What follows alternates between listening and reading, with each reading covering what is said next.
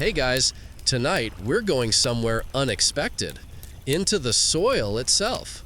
You're not a person this time. You're a tiny golden grain of wheat, still sleeping under the sun-baked dirt of ancient Italy.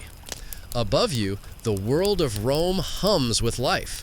Farmers shouting across fields, the bleat of distant goats, and the faint, steady rhythm of a hand-driven plow.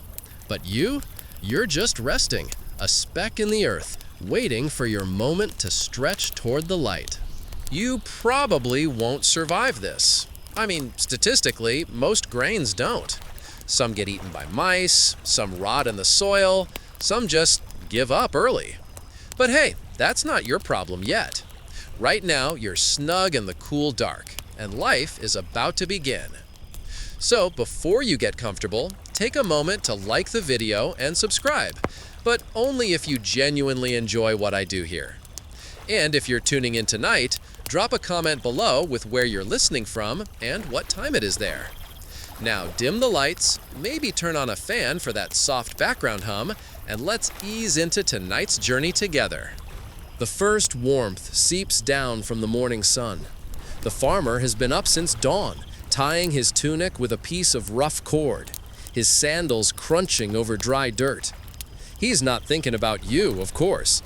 He's thinking about taxes, rain, and that one mule who refuses to listen. His name might be Lucius, or maybe Gaius, the kind of name Romans gave to anyone who could swing a plow and complain about politics. You feel the soil shift above you as his wooden plow scrapes another furrow. The air smells like iron and clay. There's a faint sweetness from crushed stalks left over from last season. He's muttering under his breath, something about the grain harvest last year being lighter than usual, though historians still argue whether this region, probably around Latium, was primarily used for wheat, barley, or a mix. But for now, you're one of the lucky ones. The conditions are perfect. The soil is rich, dark, and moist from spring rains. A few worms curl nearby, indifferent to your existence.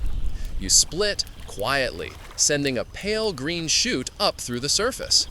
It feels like stretching after a long nap, slow, uncertain, and a little wobbly. Above you, the landscape of ancient Rome is alive with patterns older than the city itself. The fields stretch in neat rectangles, crisscrossed with footpaths and dry stone walls. A shepherd drives his sheep along the edge of the farmland, and the air is full of lazy buzzing from fat bees. If you could look up, you'd see the silhouette of olive trees against a shimmering sky. Though, let's be honest, you don't have eyes. By midday, the heat settles like a blanket. A breeze rolls through the valley, and you sway with hundreds of thousands of your brothers and sisters. Each blade of wheat whispers softly in the wind, creating a low, shushing sound, the ancient world's version of white noise. If people back then had trouble sleeping, this might have done the trick. Lucius returns with a clay jug of water. He doesn't pour it on you. Irrigation here is mostly nature's job. But he takes a sip, wipes his forehead, and glances over the field with quiet pride. The Romans called this kind of farming cultura, the care of the earth. It wasn't glamorous, but it fed empires. In fact, historians still debate how much of Rome's strength came not from its legions, but from its steady supply of grain. Weeks drift by. Rain comes in soft waves, followed by crisp, dry days that make the wheat stalks tough and tall. You grow fast, strong enough to bend without breaking. The soil cools your roots at night, and the moon casts a faint silver glow over the sleeping fields. Somewhere nearby, a night bird calls, and a fox pads silently between rows. Sometimes, the farmer's children wander through the crops. They play hide and seek, their laughter rolling across the hills. One of them, a boy no older than 10, picks a stalk and chews on it idly, a small grassy snack. You're thankful it's not you. Now and then, Lucius visits the temple of Ceres, goddess of agriculture. He leaves a small offering, a bit of flour or bread, and mutters a prayer for a good yield. Ceres was the heart of Rome's farming life. People believed she watched over every stalk of wheat, guiding it from seed to harvest. You could say you're on a divine schedule. And yet, life isn't easy in the soil. A beetle nibbles your stem. Rain floods the furrow one night, nearly drowning you. The sun the next week bakes the mud into hard clay. But somehow, you push through. You're a survivor. Not bad for something that weighs less than a raindrop. By midsummer, the fields glow gold. The wheat is ripe, heavy, and ready to cut. The air tastes of dust and sunlight. You sway in rhythm with the others, a quiet army of stalks. The farmer's wife ties a cloth around her head and walks between the rows, testing the grain between her fingers. She nods. "Soon," she says softly, her voice almost lost in the wind. You feel proud, which is a strange thing for a grain, but go with it. You've done your part in the grand system of Rome's food chain. You're one thread in the empire's vast tapestry of bread, oil, and wine. Without you, soldiers wouldn't march, senators wouldn't feast, and bakers wouldn't have much to sell in the markets. Of course, you're not thinking about politics. You're thinking about the sunlight that still warms your shell, and the faint tickle of insects crawling up your stalk. A lark swoops down to snatch a grasshopper nearby, nature's gentle reminder that everyone's food for someone. As the season turns, the skies deepen to a burnt blue. The air smells sharper, drier. You can sense the change, the slow pull of harvest approaching. You've gone from soft green to golden amber, your grain head heavy and bowed. It's oddly satisfying, like finally finishing a long project.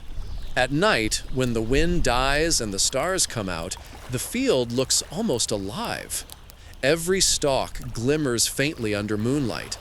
Somewhere far off, you can hear the faint ring of a hammer from a distant village, the bleat of sheep, and the occasional bark of a dog. Life in ancient Rome wasn't quiet, exactly. It was just full of slower, steadier sounds. Then, one morning, you feel the vibration of footsteps. The harvesters are here. Metal flashes as sickles slice through the stalks.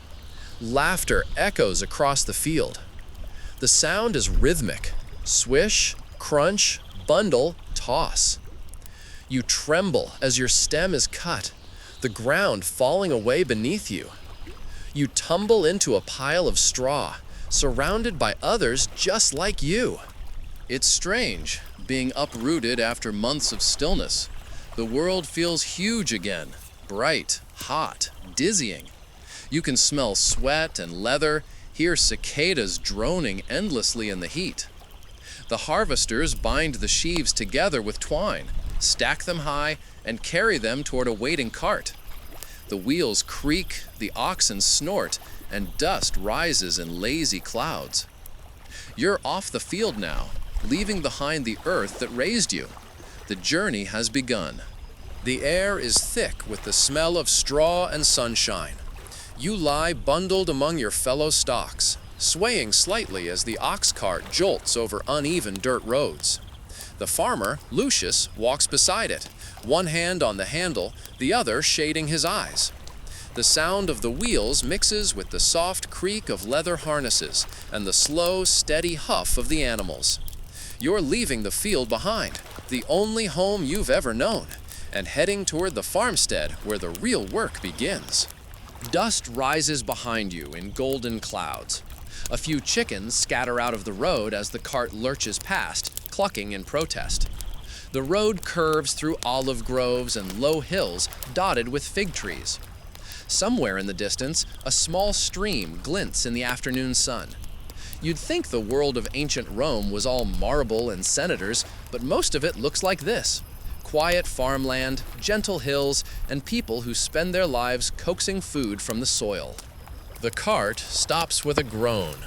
Lucius wipes his brow with the back of his arm, muttering something about the relentless summer. His wife appears from the shade of a mud brick storage shed, her hair tied in a loose knot, a little girl trailing behind her with bare feet and a curious stare. They begin unloading the bundles, stacking them neatly beside a large circular space of packed earth. You don't know it yet, but this will soon become the threshing floor, the stage for the next part of your journey. As you rest in the pile, you can feel the heat radiating from the ground. The sun is a merciless overseer here.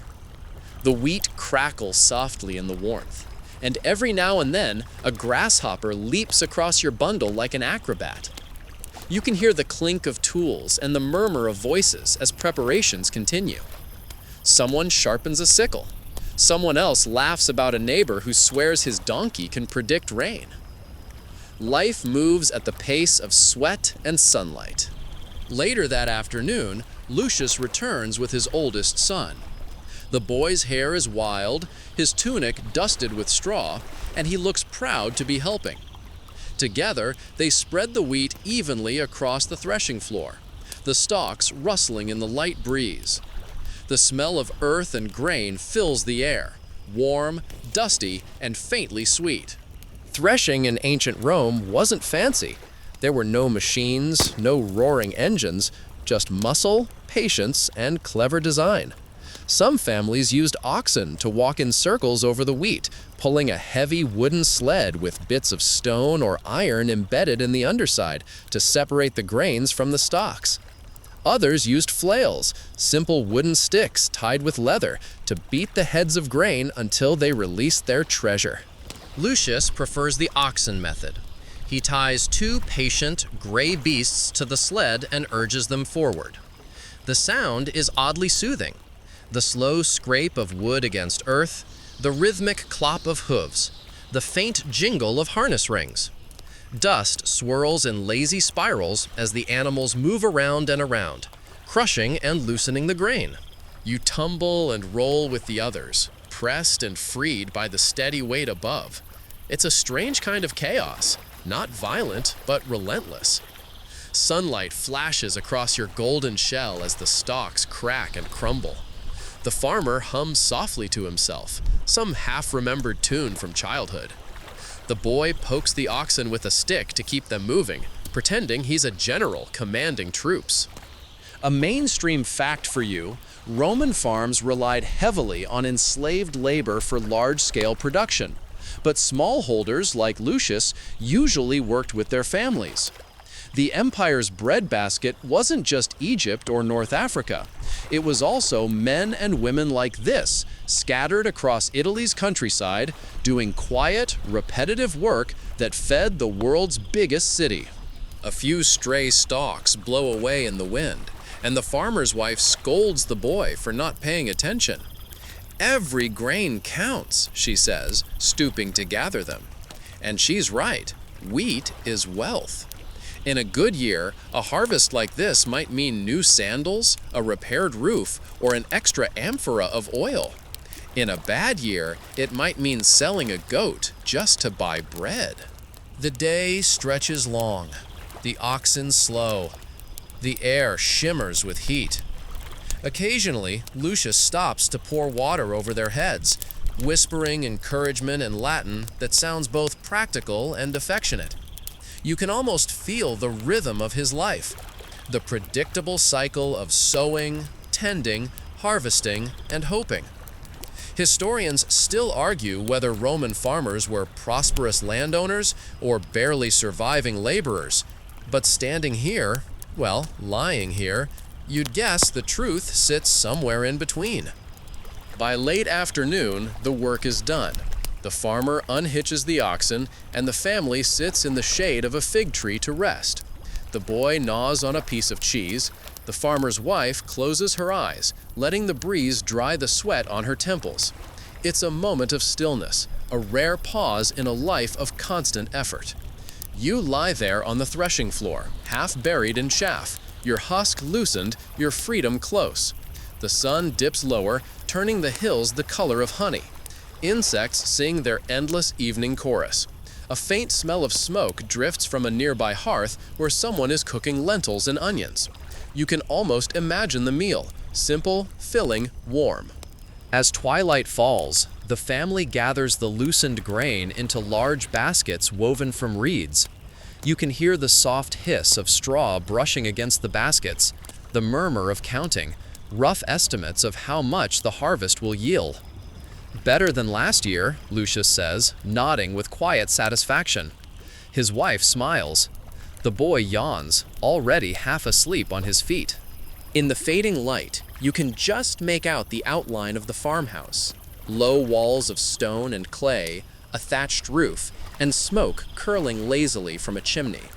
The family disappears inside, leaving the grain piled neatly for tomorrow's winnowing. The oxen settle near the fence, tails flicking lazily at flies. A dog curls up beside them, content after a long day of half barking at everything that moved. Night deepens.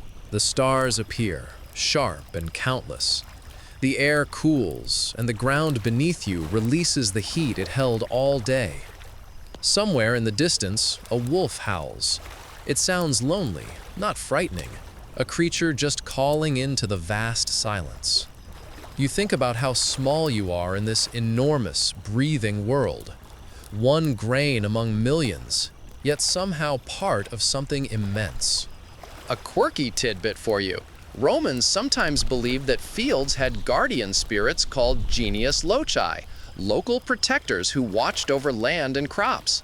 Farmers might leave bits of food or wine at the edge of a field to keep them happy. Maybe one still wandering nearby, nodding approvingly at the harvest. By midnight, the farm sleeps. You rest in the pile, the world hushed except for the whisper of the wind moving through the olive trees. The moon climbs high, washing everything in pale light. You've survived another step in the journey, cut, threshed, and freed from your stalk, but still whole. Tomorrow, the wind will take you higher. You'll dance through the air as chaff flies away, and the heavy grains fall back down to earth. But that's a story for the morning. For now, you can almost feel the pulse of the sleeping farm around you. Warm bodies, slow breathing, the smell of earth after a long day's work. You've left the field behind, but not the rhythm of its life. Every grain, every breath, every flicker of starlight over the hills, it all hums with the same quiet truth. Everything that grows must someday be gathered. Morning arrives gently, a cool hush before the world stirs. The horizon glows faintly pink, and dew clings to the husks of the wheat piled on the threshing floor. You rest near the top of the heap, half buried in straw, watching the first slant of sunlight creep over the hills. The air smells faintly of ash, grain, and the faint sweetness of fig leaves warming in the dawn. Lucius is already awake, of course. Farmers in ancient Rome didn't get to sleep in. He's tightening the strap on his sandal, yawning, then splashing a little cold water on his face from a clay basin. His joints creak the same way the ox cart does, but he smiles at the sight of the grain pile. "A good yield," he murmurs. "Ceres be praised." The family gathers again on the threshing floor. The oxen are chewing lazily on leftover straw, tails swishing. Lucius's wife carries a wide, shallow basket, the vannis, or winnowing fan. This is the tool that decides who stays and who drifts away. Today, the lightest chaff will fly off into the wind, and the heavier grains, like you, will fall back home to the earth. The air is still, and Lucius frowns. He needs wind for this. He waits, tapping the side of the basket with a calloused thumb. The morning stretches long and golden, and just when the heat begins to rise, a faint breeze sighs through the valley. Perfect. He plunges his hands into the pile and lifts a scoop of mixed grain and chaff. With a practiced motion, he tosses it upward. For a heartbeat, you're airborne, weightless, spinning, surrounded by a blur of light and dust. Then, gravity reclaims you. You land back in the basket with a soft hiss, while the chaff, those fragile husks, catch the wind and drift away like lazy snowflakes. It's a strangely beautiful sight.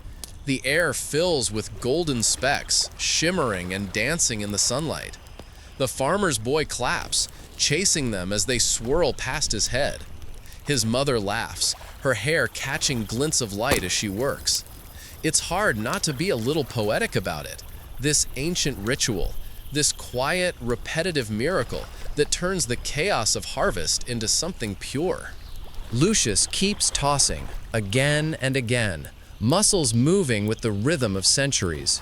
You rise and fall in slow arcs, the breeze tugging gently but never quite stealing you away.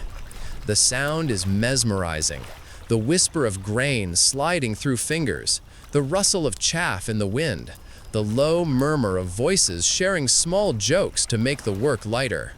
This process of winnowing was essential in Roman agriculture, and the vanus, that broad shovel-like basket, was so iconic that it even appeared in Roman art and poetry. The goddess Ceres herself was sometimes depicted holding one, symbolizing abundance and renewal. In other words, this isn't just farm work, it's a sacred act in motion. And of course, the wind doesn't always cooperate. Sometimes it gusts too hard, sending even good grain flying off into the dust. Sometimes it dies altogether, leaving everyone standing around awkwardly while pretending not to notice how heavy the baskets are. Today is somewhere in between, a gentle dance between patience and breeze. As you tumble through the air for the 10th, maybe 20th time, you start to appreciate the physics of it all. The light chaff rises easily, carried off like daydreams. The heavier grains, the real food, fall back, solid and certain. The farmer's rhythm becomes almost hypnotic. Lift, toss, breathe, catch. The oxen chew in slow harmony, the boy hums an off-key tune, and you, a humble grain of wheat, drift through it all like a dust mote caught in eternity. You can almost imagine a philosopher standing nearby, arms folded, watching this and muttering something profound about how life, too, separates the light from the strong. It's a little cliche, sure, but philosophers loved this kind of stuff. Around midday, Lucius pauses to rest. He wipes his brow, pours some wine into a cup, and shares it with his wife. "Not bad for old hands," he says. She rolls her eyes but smiles. The boy asks if he can try. He's too small, but they let him anyway. He grips the basket awkwardly, scoops up a load, and tosses it, sending most of the grain straight onto the ground. His parents groan in unison. He grins, sheepish. "It's harder than it looks." "Everything worth doing is," his father replies. By afternoon, the pile of cleaned grain gleams like treasure. Lucius kneels and runs his fingers through it. It's cool, smooth, and perfect. He scoops you up with a satisfied nod, then pours you into a wide, shallow basket. The sun slants low again, gilding everything it touches. Roman farmers often sang to keep rhythm during harvest and winnowing. Some of these songs were half work chants, half prayers, little verses to Ceres or Bacchus.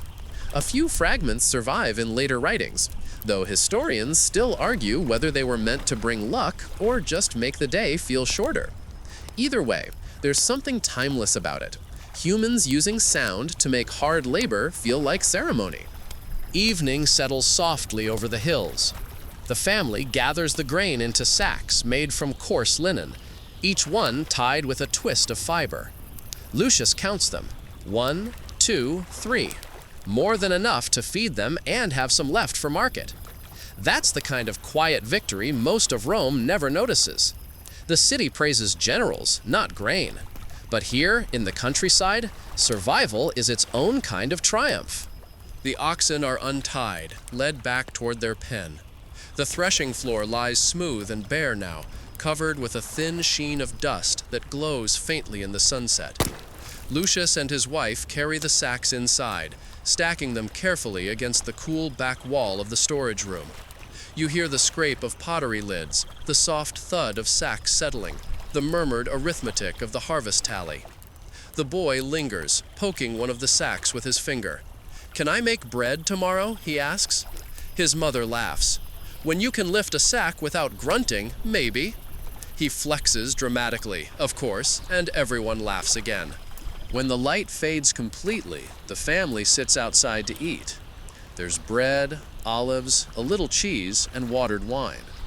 The laughter has softened now, replaced by quiet satisfaction, the kind that only comes when a long, hard job is done and the world feels briefly in order.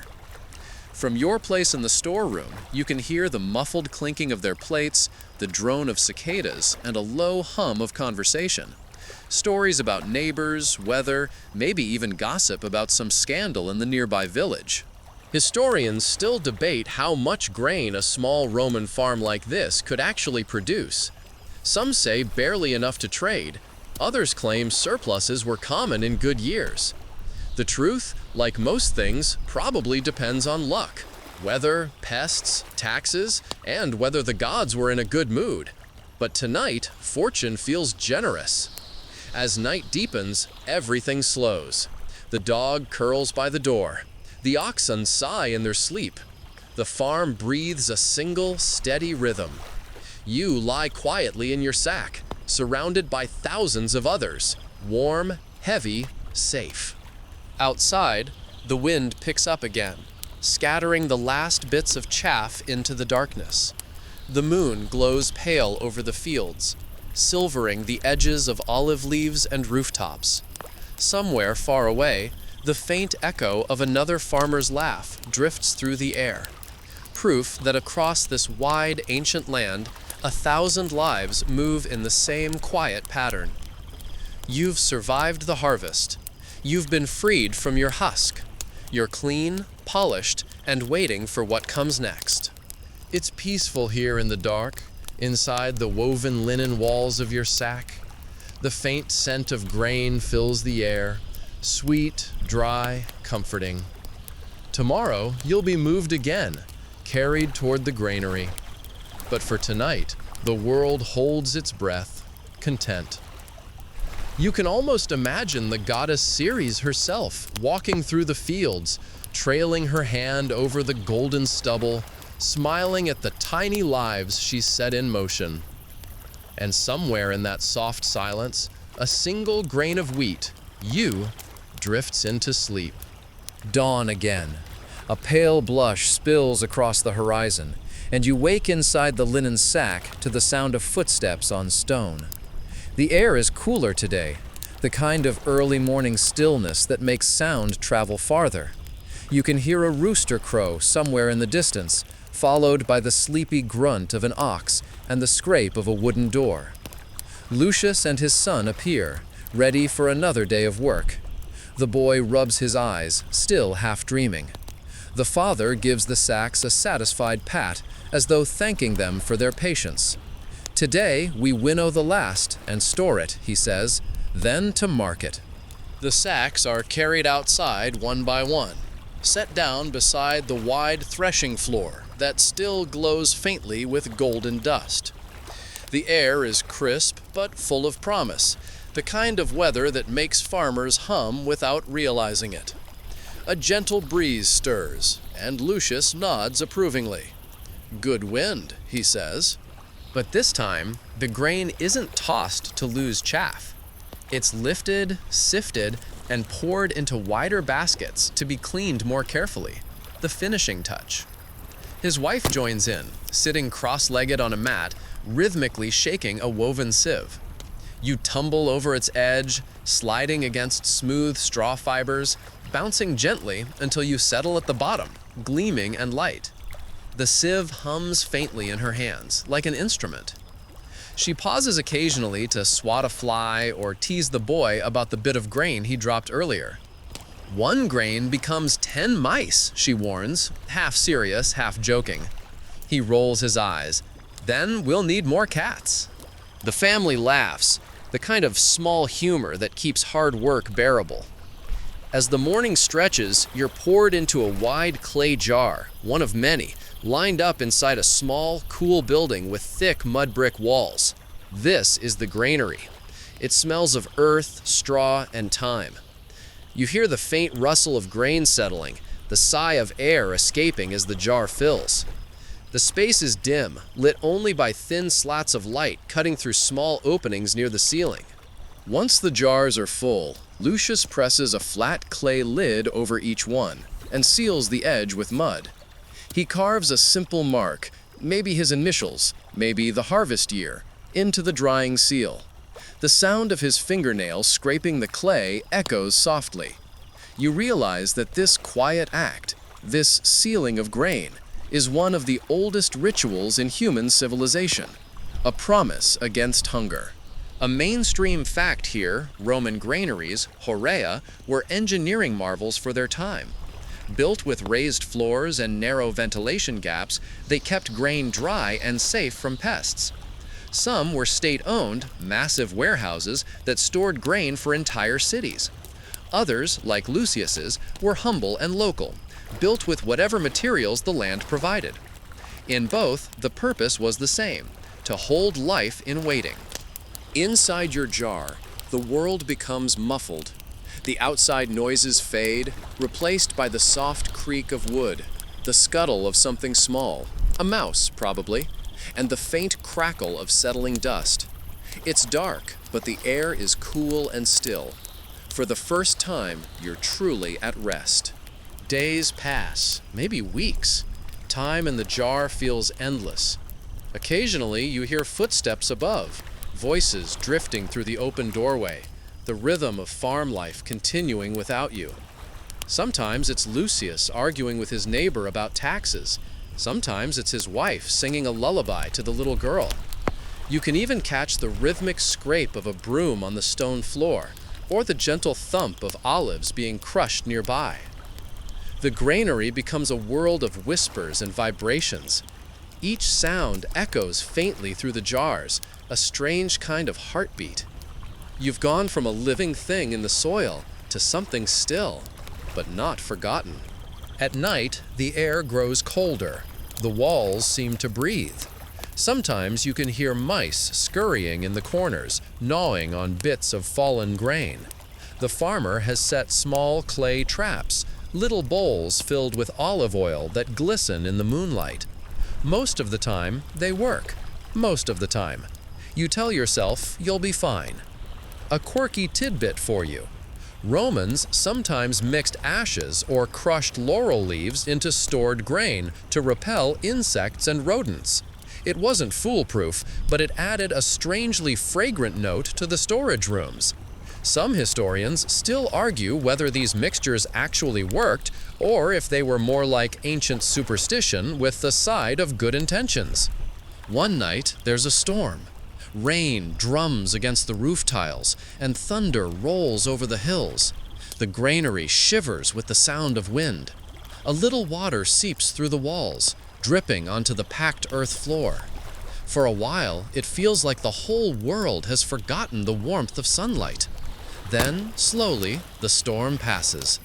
The air smells clean, new, and heavy with wet clay. The next morning, the family checks the jars. Lucius runs a hand along the seals, inspecting for cracks. Everything seems fine. He taps one of the jars gently, a low, solid note. "Good," he says, satisfied. You can tell he's proud of this harvest, and rightly so. In a good year, these jars mean security. They mean he can pay the land tax, buy salt, maybe even send his boy to learn a trade in town. Days slide into weeks, weeks into months. Outside, autumn deepens, and the fields grow quiet again. The earth rests, recovering from the season's work. Lucius occasionally opens one of the jars to take some grain, just enough to grind into flour for daily bread.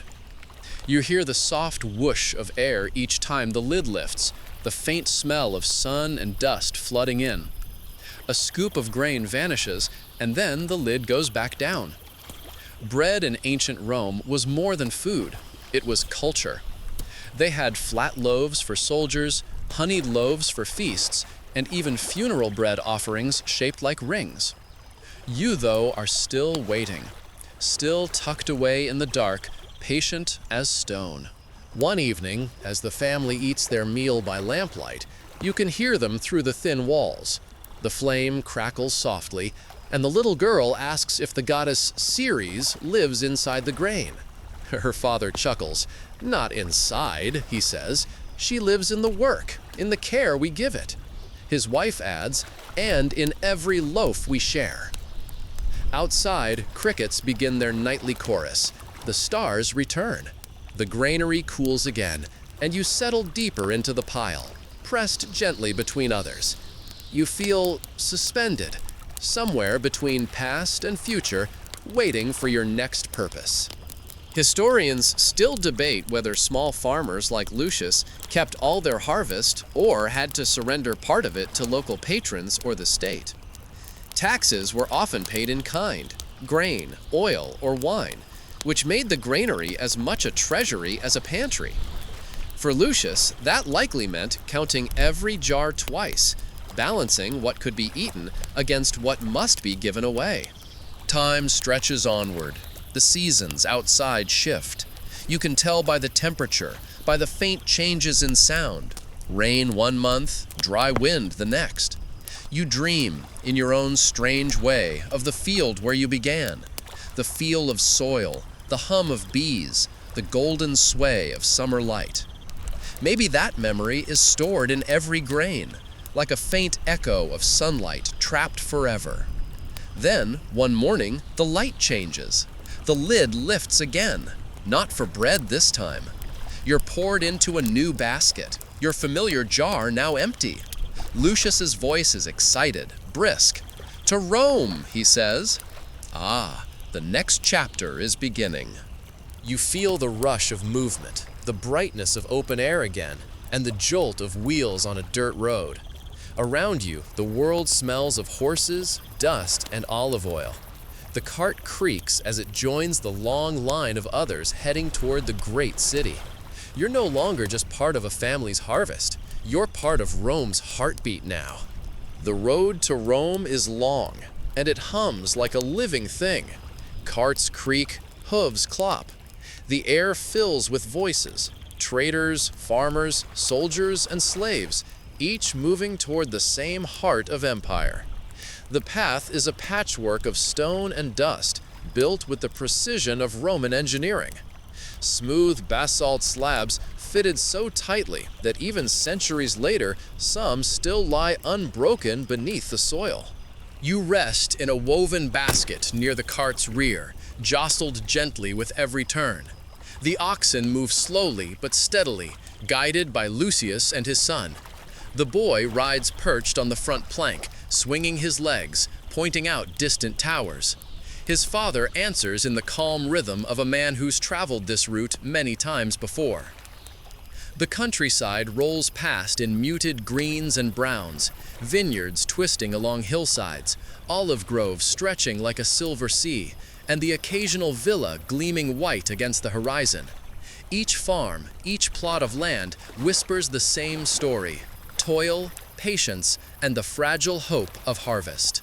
At midday, they rest near a roadside shrine. The stone altar is weathered but clean, and small offerings, coins, bits of bread, a cluster of wildflowers rest on its ledge. Lucius adds a handful of grain to the pile, murmuring a short prayer to Mercury, the protector of travelers. "Keep the wheels steady," he says softly. The boy echoes him, eyes wide with superstition and curiosity. When they resume, the road grows busier. You hear the rhythm of legionnaires marching, iron against stone, precise and endless. A convoy of merchants passes next, their mules heavy with amphorae. Someone shouts in Greek, another answers in Latin. Languages blend, dust rises, and the sun beats down until the whole road feels like a river of motion and sound. Rome, even from afar, announces itself. The scent changes first, less of earth, more of smoke and stone. Then come the aqueducts, tall and graceful, carrying water from distant hills. You catch glimpses of villas, cemeteries lined with carved urns, and the faint, distant murmur that is not quite wind and not quite ocean, the hum of a million lives living at once. By the time Lucius reaches the city gates, the light has softened into gold. The guards inspect the carts, exchanging brief words and gestures. Grain for market, they confirm, waving them through. The cart rattles onward into the maze of narrow streets, where voices echo off plastered walls, and the air grows thick with the scent of bread, oil, and people. You've entered a different world now, one of constant motion. Around you, vendors shout prices, women carry baskets of figs, and children dart between legs. The sound of metal on stone rings out from a blacksmith's stall. Nearby, a barber laughs as he shaves a customer's beard under an awning of faded cloth. Lucius guides his cart toward the Forum Boarium, the market near the river, where grain from all over Italy is bought and sold. The smell of the Tiber drifts on the wind. Water, reeds, and something faintly briny. Seagulls wheel overhead, calling out sharply. He parks near a warehouse, its wide doors flung open. Inside, men with tunics dusted in flour shovel grain from cart to sack, from sack to scale. It's noisy, almost chaotic, but with an order that comes from repetition. Everyone knows their role. The grain is poured out, a waterfall of gold cascading into the measuring bins. You slide with the stream, tumbling into a great heap under the afternoon light. A clerk stands nearby, counting and noting amounts on a wax tablet. 17 modi, he says, his stylus scratching softly. Lucius nods, proud and tired. Payment comes in the form of silver, a few coins, shining like captured stars. It's not much, but it's enough. Enough for oil, enough for tools, maybe enough for the children's new sandals. Lucius thanks the clerk, claps his son on the shoulder, and turns to go. You, however, remain behind, part of the mountain of grain that now belongs to Rome. The warehouse darkens as the sun dips low.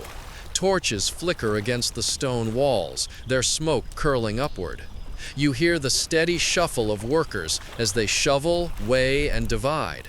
Some of the grain will go to private buyers, some to the bakeries, and some to the state's massive granaries near the Tiber, the Horea Publica, where food for the masses is stored. By dawn, you've been transferred again, this time into a larger wooden container, rolled down a ramp and lifted by pulleys onto a river barge. The Tiber glimmers like liquid bronze in the morning light. You can smell tar, water, and the faint sweetness of fermenting wine from nearby docks. The barge drifts southward, slow and steady. The city rises on either side, a landscape of columns, arches, and tiled roofs, layered like the pages of history. You pass under bridges crowded with onlookers and merchants. Children wave. Fishermen cast nets into the murky water. The barge's pilot hums an old tune, a sailor's rhythm as ancient as the river itself. The Tiber has always been Rome's lifeline, bringing in food, carrying out goods, and connecting the heart of the empire with its distant limbs. You're now part of that circulation, one small pulse in an immense system. By the time the barge reaches the state granary, the air smells of fresh-baked bread. The building looms ahead, vast, with thick brick walls and arched windows. Slaves and laborers move like ants, carrying sacks, rolling barrels, shouting orders. The scale of it is staggering. Hundreds of tons of grain, all destined to feed a city that never truly sleeps. You're unloaded once more, poured into a stone pit lined with plaster, shaded from the sun. Nearby, scribes record every load. Overseers in red-dyed cloaks supervise, ensuring nothing is lost to theft or decay. You realize, in a way, that you've become a number, one of many. Yet that number holds life. For every grain stored here, a citizen somewhere will eat tomorrow. And so, days pass again. Inside the granary, the air stays cool and dry. The city hums just beyond the walls, the sound of carts, vendors, prayers, and laughter. Sometimes, faint music drifts in from the streets. A flute, a tambourine, a burst of song that fades as quickly as it came. You hear snatches of gossip, too, carried on the wind. A new emperor has ordered games at the circus. A baker's wife has been fined for selling underweight loaves. The Tiber has flooded again. Life moves in patterns, noisy, chaotic, yet somehow stable. Then, one morning, the order changes. Workers begin loading grain into smaller sacks. The overseer shouts, "To the mills!" You are scooped, carried, and lifted into a handcart that rattles through narrow alleys. The air fills with the scent of yeast and ash. Ahead rises the sound of turning wheels. Great stone mills powered by mules and slaves. Their grinding is steady, thunderous, eternal. The sacks are emptied one by one into the hopper. You tumble downward, caught between two circular stones that press together in a slow, heavy rhythm. The world becomes vibration, heat, and dust. You break apart, from grain to meal, from solid to powder. It doesn't hurt. It's simply the next transformation, as natural as a leaf falling or a wave dissolving. The flour drifts downward into waiting bins, soft and pale. Around you, the millers work quickly, their skin powdered white, their movements automatic. They sing to keep rhythm, their songs echoing through the stone chamber. And somewhere beyond the mill, bakers prepare ovens already hot with coals. The flour, soon to be mixed with water and salt, will become dough, then bread, then sustenance. For a moment, as you settle among your fellow grains now reborn as fine flour, you realize something profound. Your journey has been from sunlight to shadow, from field to fire, but never without purpose. Each hand that touched you, each vessel that carried you, was part of the same unbroken chain, from earth to human, from labor to nourishment. Outside, Rome continues to breathe, vast, restless, alive. The Tiber flows, the markets hum, and soon, as dawn returns again, the first loaves of bread will emerge from the ovens, steaming in the morning light.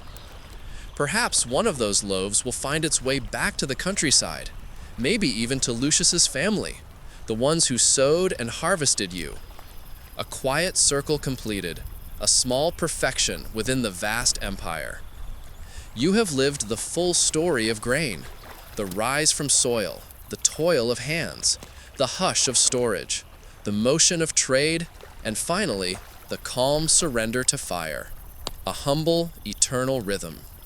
The morning light over Rome feels different from the countryside, harsher, brighter, reflecting off marble and brick rather than dew and grass. You, now resting among countless other grains within a coarse linen sack, sway as the cart carrying you rattles along the city's narrow streets. The sounds here never stop. Shouting vendors, barking dogs, the clatter of iron shoes on cobblestones, and somewhere in the distance, the rhythmic splashing of water pouring from a fountain. Your destination today is the beating heart of commerce, the market. The Forum Romanum lies only a short distance away, but the air thickens as the cart turns toward the Forum Holatorium, the great open market for vegetables, grain, and all manner of foodstuffs. The smell hits first, layers of it, ripe figs and fermenting wine, olive oil and smoke, honey and sweat. And you, tucked deep within a sack, are about to become part of this daily chaos.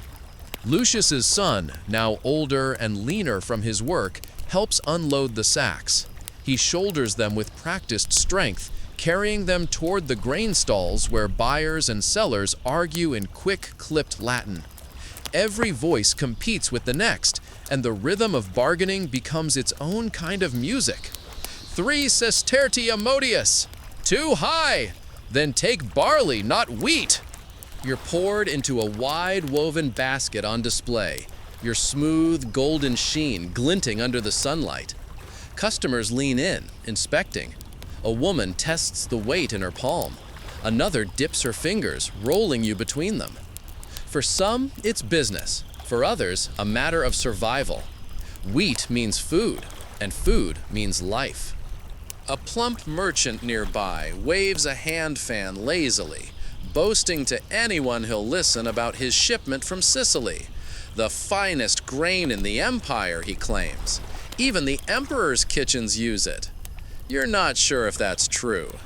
Historians still argue whether the majority of Rome's wheat truly came from Sicily at this time, or if Egypt had already taken the lead. But in the market's din, such debates are irrelevant. What matters here is the sale, the weight, and the trust in a seller's word. The market itself feels alive. You can sense the pulse of humanity, the shuffle of sandals, the laughter of children, the distant bark of a street performer calling out about his trained monkey. A man selling fish nearby shouts about his catch from Ostia, while another hawks olive oil with exaggerated claims of purity. The mixture of scents could make a modern visitor dizzy.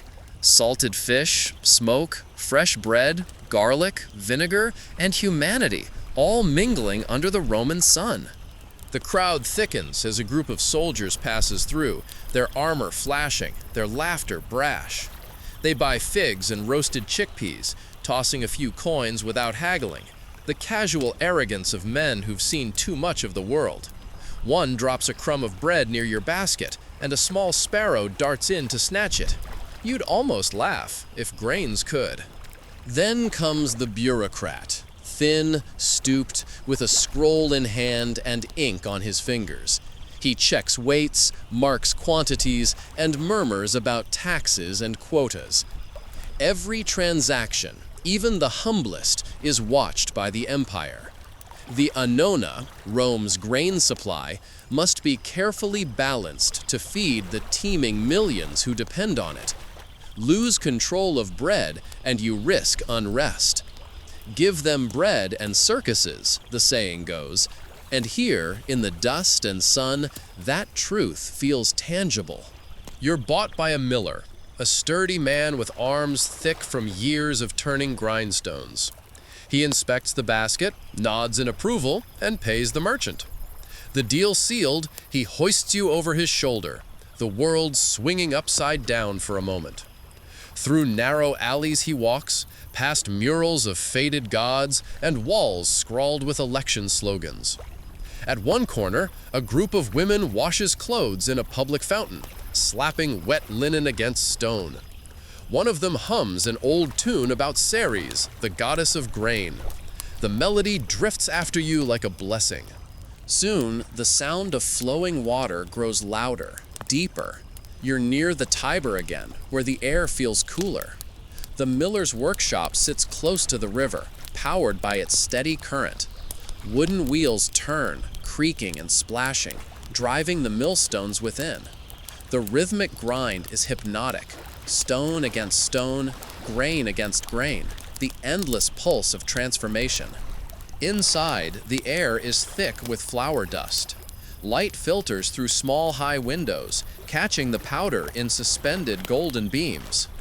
Slaves and hired workers move like ghosts in the haze, silent, efficient, covered in white from head to toe. A mule circles patiently, turning a smaller mill, while another man tends to sacks, shaking them open and closed.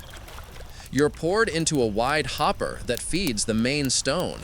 It rumbles softly, then begins its steady rotation. Pressure builds, gentle at first, then firm, then irresistible.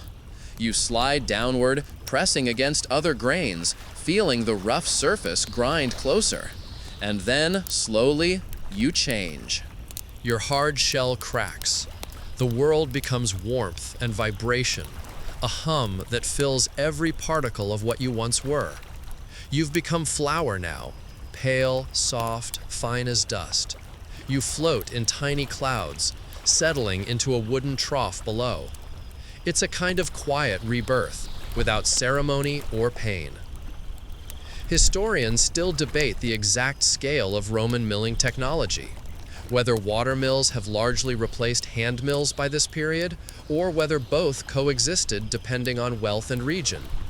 But whatever the case, here, in this moment, the process is timeless. Stone, muscle, and persistence turn the earth's gift into nourishment. Outside, the city continues to pulse.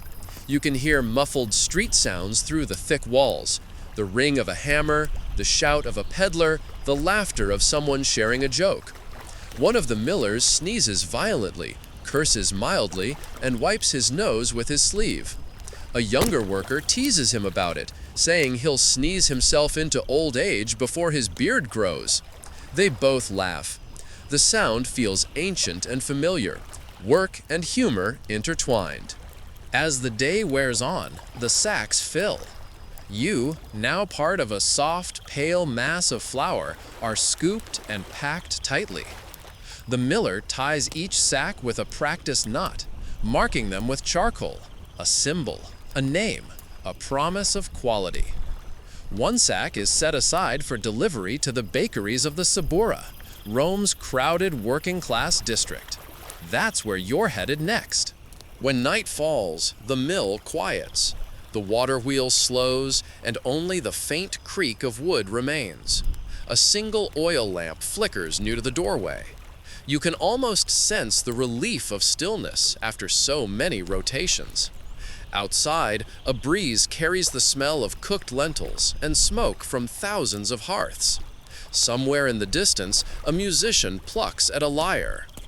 You realize, lying still within the flour sack, that you've moved through every layer of Roman life, from the soil of the countryside to the commerce of the city, from the prayers of farmers to the hands of merchants, from the shouting markets to the silent grind of stone. Each step, each transformation binds the empire together. And yet, despite the size of it all, the legions, the aqueducts, the marble temples, it's humble work like this that keeps Rome alive. A handful of flour, a loaf of bread, a grain of wheat. Tomorrow, when the carts roll out again, you'll leave the mill behind and travel deeper into the labyrinth of the Subura, where bakers rise before dawn and fires glow in narrow ovens. Your next transformation awaits, from flour into bread, from sustenance into ritual. But for now, you rest, silent among countless others, your journey paused between grindstone and fire, between the memory of sunlight and the promise of warmth. The cart jolts awake before dawn, its wooden wheels squeaking against cobblestones still damp with night dew. The air carries a chill, thin and smoky, laced with the faint sweetness of baking bread from streets farther uphill. You ride nestled inside a heavy sack of flour, packed among dozens of others, each destined for a different bakery in Rome.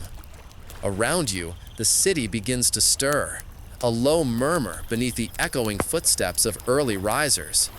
The man steering the mule yawns deeply, mutters to himself, and flicks the reins. You roll through the narrow alleys of the Subura, Rome's most crowded quarter. It's a tangle of life. Insulae rising high on either side, laundry strung between them like colored flags, stray cats weaving through piles of amphorae. Above, windows creak open as the city wakes. You can smell humanity here.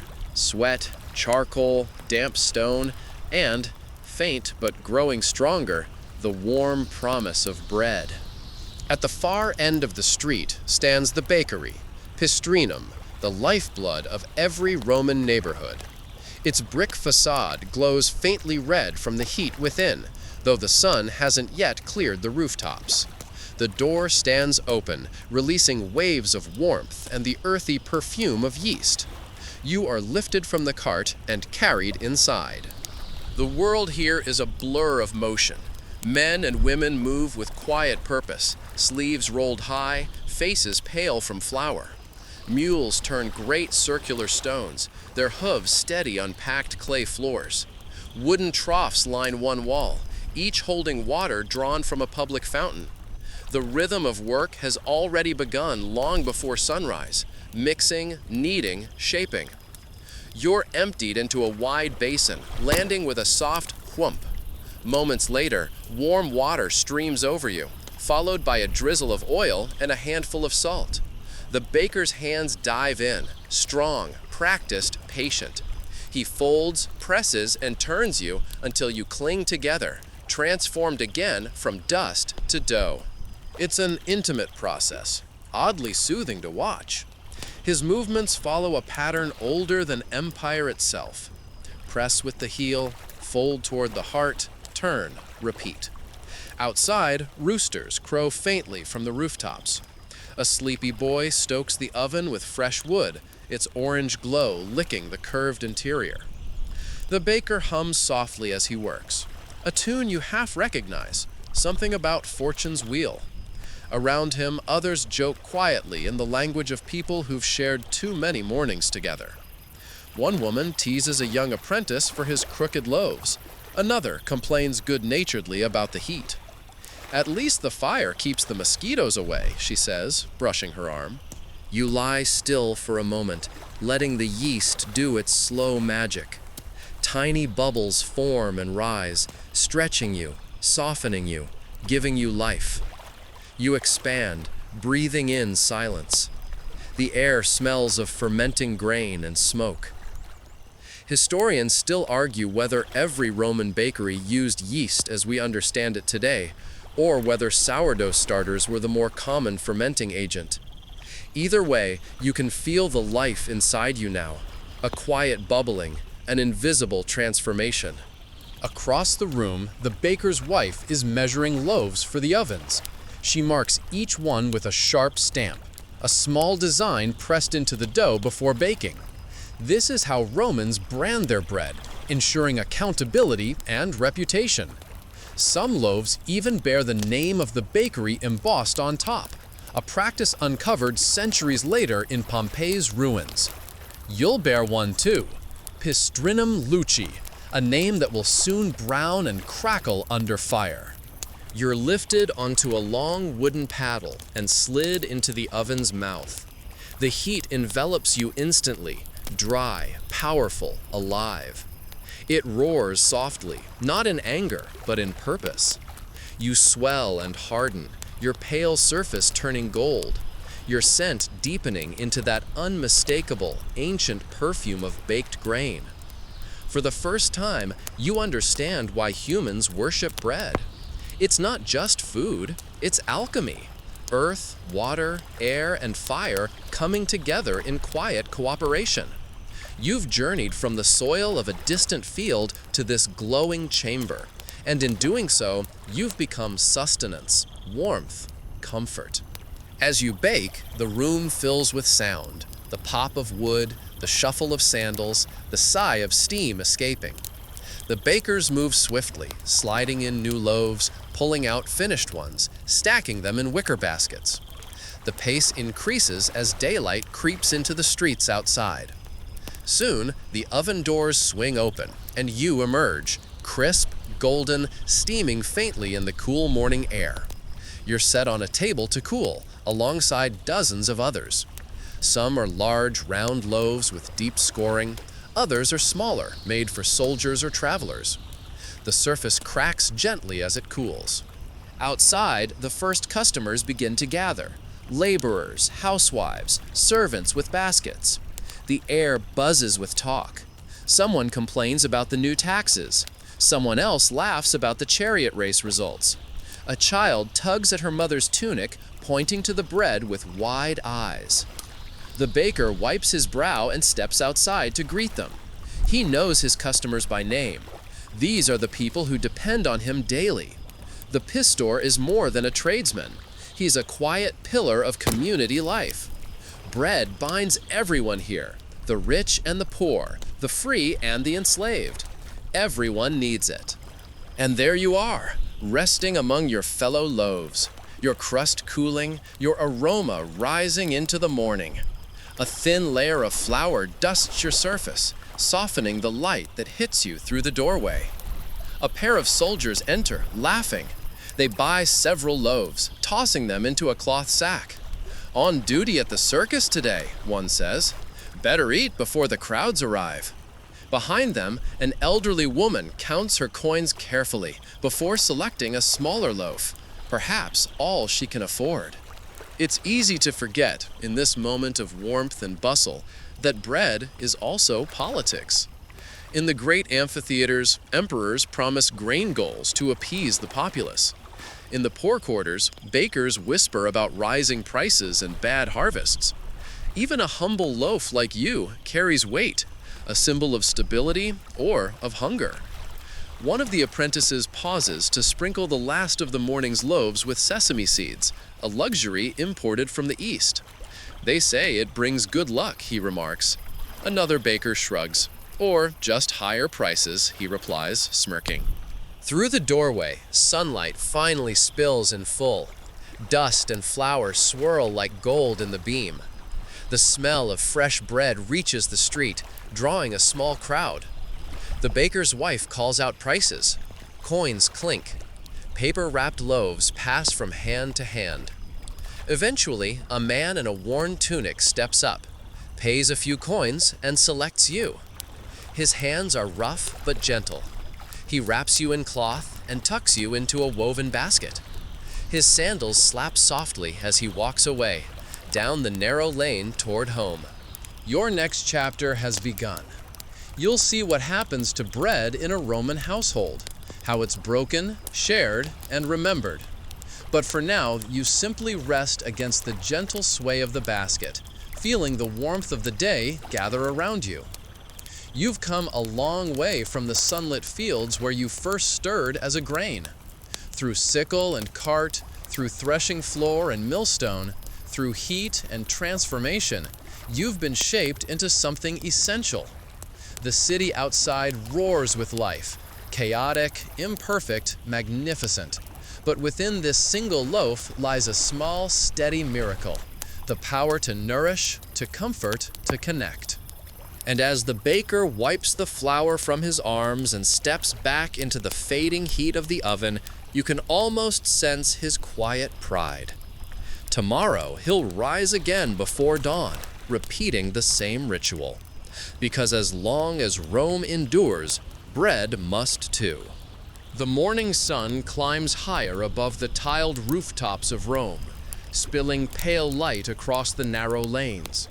The man carrying you, the fresh loaf of bread, walks at a steady pace, weaving through the bustle of the waking city. His name is Gaius, though you do not know it yet. His tunic is patched, his hands rough, his sandals worn thin. But his step is purposeful, almost content. He hums under his breath as he heads home from the Pistrinum, the neighborhood bakery that anchors the lives of so many like him. The streets grow busier as he goes. Merchants raise the shutters of their stalls. Smiths hammer metal in bright showers of sparks. A water seller cries his wares near a public fountain. A pair of donkeys drag a cart piled with amphorae toward the Tiber docks, their driver shouting curses at anyone who dares block the way. Life in Rome has begun for another day. Loud, crowded, alive. Gaius turns into a quieter alley lined with humble brick dwellings, insulae, the tall apartment blocks that house most of the city's poor. Laundry hangs above like faded banners. A child runs past, clutching a wooden toy sword. The smell of smoke and stew wafts from open doorways. Here, the rhythm of life is simple. Work, eat, sleep, repeat. He climbs 3 flights of stairs, the wooden steps creaking underfoot. At the top, he pushes open a small door into a single dim room. The space is plain, a bed of straw in one corner, a clay oil lamp on a table, a few rough bowls, and a small hearth built from bricks. Beside it, a woman looks up from where she's kneeling, stirring a pot. She smiles when she sees him. You found bread, She says softly. He nods, unwrapping you carefully from the cloth. Still warm, he replies, setting you on the table. The woman, Livia, wipes her hands on her apron and comes closer, inhaling deeply. For a moment, she closes her eyes, as though the scent alone is nourishment enough. They sit together in the golden light filtering through the window. On the hearth, lentils simmer with a handful of herbs and onions, a poor man's stew, filling but modest. Livia ladles it into 2 bowls, while Gaius breaks you open with a slow, practiced motion. The crust crackles faintly, revealing your soft, steaming heart. He tears a piece and dips it into the stew. The bread absorbs the rich, earthy broth, softening instantly. They eat quietly, slowly. There is no rush here, no talk. Only the clink of bowls, the faint hiss of the fire, and the soft sound of chewing. This is not a grand meal by Roman standards, but it is an honest one. Bread and lentils, the food of the common people, the backbone of the city. While senators dine on honeyed dormice and roasted peacocks, most citizens live on the simple grace of grain. And yet, as Gaius eats, there's contentment in his eyes. Bread is enough. Outside the window, the day unfolds. A neighbor argues with a vendor over the price of figs. A group of boys chase a stray dog down the lane. Somewhere nearby, a mother sings to her baby. The city hums, a great and endless organism of sound and motion. When they finish eating, Livia wraps the remaining half of you in cloth again and sets you aside. Bread must last, perhaps until tomorrow. Food is precious, and waste is a kind of sin. As the afternoon wears on, Gaius leaves for work. He's a porter at the Forum, hauling crates and barrels from carts to stalls. The pay is small, the labor heavy, but it's honest work. Livia stays behind, mending tunics and tending to the neighbor's children for a few extra coins. The room grows quiet. Dust motes drift in the still light. You rest on the table, the soft ticking of cooling crust the only sound. Through the window, the distant roar of Rome continues, the faint clatter of hooves, the call of vendors, the murmur of a million lives intertwined. Later, when Gaius returns, the light has faded. The city is now cloaked in dusk. Lamps flicker in the streets, their flames dancing in shallow bowls of oil. The air smells of smoke and rain, the sky heavy with evening. He sits again at the table. The bread, though no longer warm, still holds its comfort. Livia tears small pieces from what remains of you, serving them with a wedge of cheese and a few olives. They eat in silence, listening to the storm beginning outside. Soft at first, then louder, the rain tapping the tiled roof in a slow, rhythmic lullaby. You, once a humble handful of flour, are now the center of this small domestic ritual. Not merely sustenance, but a moment of connection. In sharing you, they share time, warmth, and the quiet assurance that tomorrow will come. Outside, thunder rolls distantly over the city. In the streets below, torches flicker as night watchmen make their rounds. The Tiber gleams faintly between the bridges, swollen and restless. But here, in this small upper room, all is still. In ancient Rome, evening meals were simple affairs for those without wealth. The cena, the main meal of the day, was often eaten after sunset, consisting of bread, vegetables, and occasionally meat or fish, depending on one's fortune. For people like Gaius and Livia, bread was both anchor and comfort, the daily thread that tied them to life itself. When the meal is done, they save the last crust of you for tomorrow's breakfast. Gaius sets it carefully on the table, covers it with cloth, and douses the lamp. The room sinks into darkness. Outside, rain falls harder now, drumming on rooftops and stone. Hours pass. The fire burns low, then fades to embers. You rest, soft and quiet beneath the cloth. And though you are only bread, you are also memory of toil, of warmth, of hands that shaped and shared you. At dawn, the rain has stopped. Light seeps once more through the cracks of the shutters. Gaius wakes, yawning, rubbing his eyes. Livia is already stirring, feeding the fire with dry twigs. She unwraps the last of fia and places your crust near the warmth to soften. A little wine is poured into a clay bowl, and she dips the bread into it. A humble breakfast, yet fragrant and comforting. They eat together again, quietly watching the new day begin. Outside, the streets come alive once more with carts and footsteps and voices. The cycle continues, as it always does. In this way, you become part of something far larger than yourself. Not just a meal, but a rhythm, an inheritance of ordinary life. Every loaf baked, every crust shared, every crumb brushed from a table is part of the city's heartbeat. The empire may build monuments and armies, but it is the daily bread that truly sustains it. As the last bite of you disappears, the sun finally climbs high over the rooftops. Another cart rattles past outside, carrying new sacks of flour toward the bakery. And somewhere, deep in the glowing heat of an oven, your story begins again. Another handful of grain rising into another day's bread to feed another pair of hands, another heart, another quiet moment of life.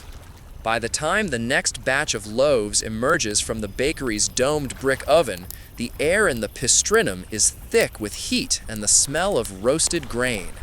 The baker wipes sweat from his brow with a flour-coated arm and stacks the new rounds of bread, each stamped with a small mark to show whose oven baked it, onto wooden trays. You, newly formed and still warm, rest among them, your crust golden and crackling. The sun outside is barely above the rooftops, yet the streets are already alive. The Subura, the most densely packed quarter of Rome, stretches in a maze of lanes and stairways, where taverns, workshops, and homes blend into one continuous hum of life. Smoke rises from breakfast fires. Voices echo between walls. The baker's apprentice, a wiry boy with soot-smudged cheeks, hoists the tray and steps into the chaos. You ride along, wobbling slightly with each uneven stone underfoot. He passes a man selling garlands of flowers, another with trays of honey cakes, and an old woman shouting about her fresh figs. Every corner bursts with barter and shatter. Here, the Roman Empire feels less like marble glory and more like human noise and sweat, the sound of a city that never quite sleeps.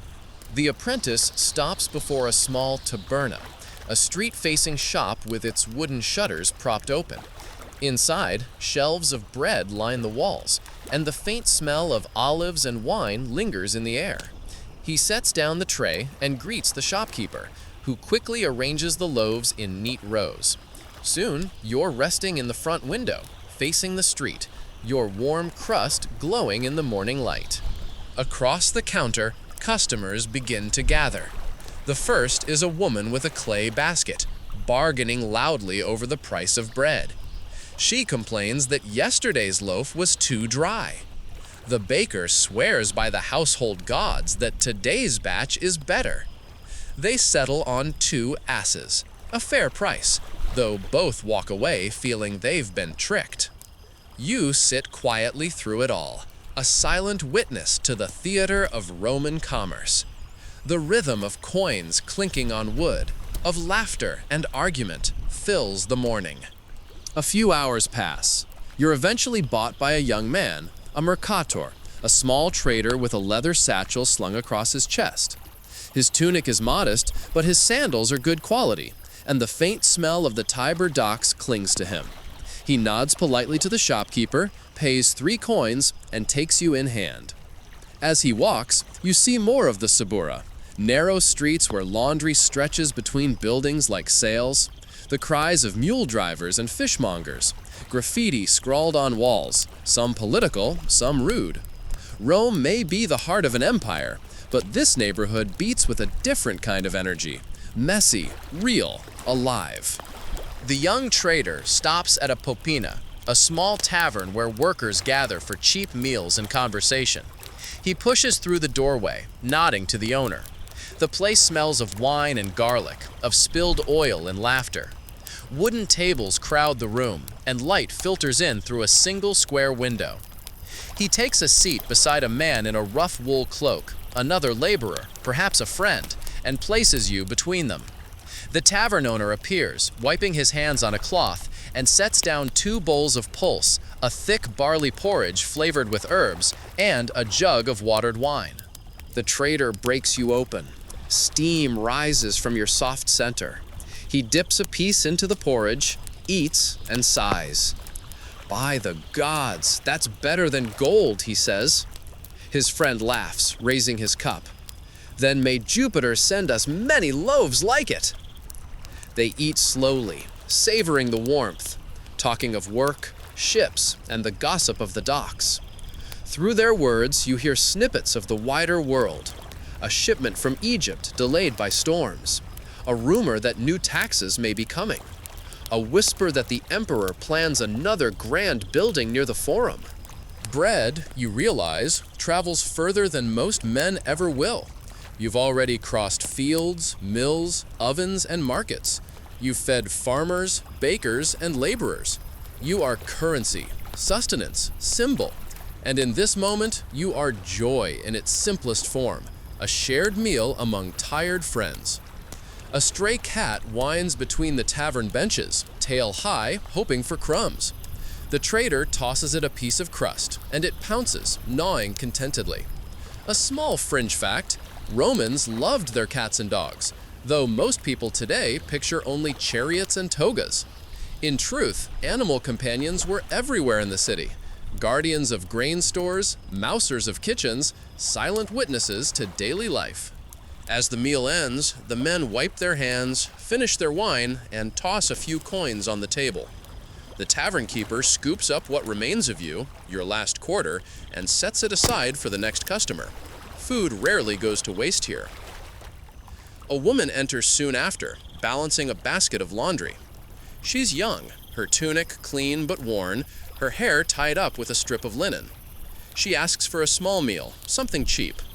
The tavern keeper nods, slices off a portion of you, and serves it with a bowl of lentils. She eats quietly, eyes half closed in thought, as though the taste carries her far away. Outside, the street grows brighter. A procession passes. Priests of Isis carrying small statues and incense, chanting softly as the crowd watches.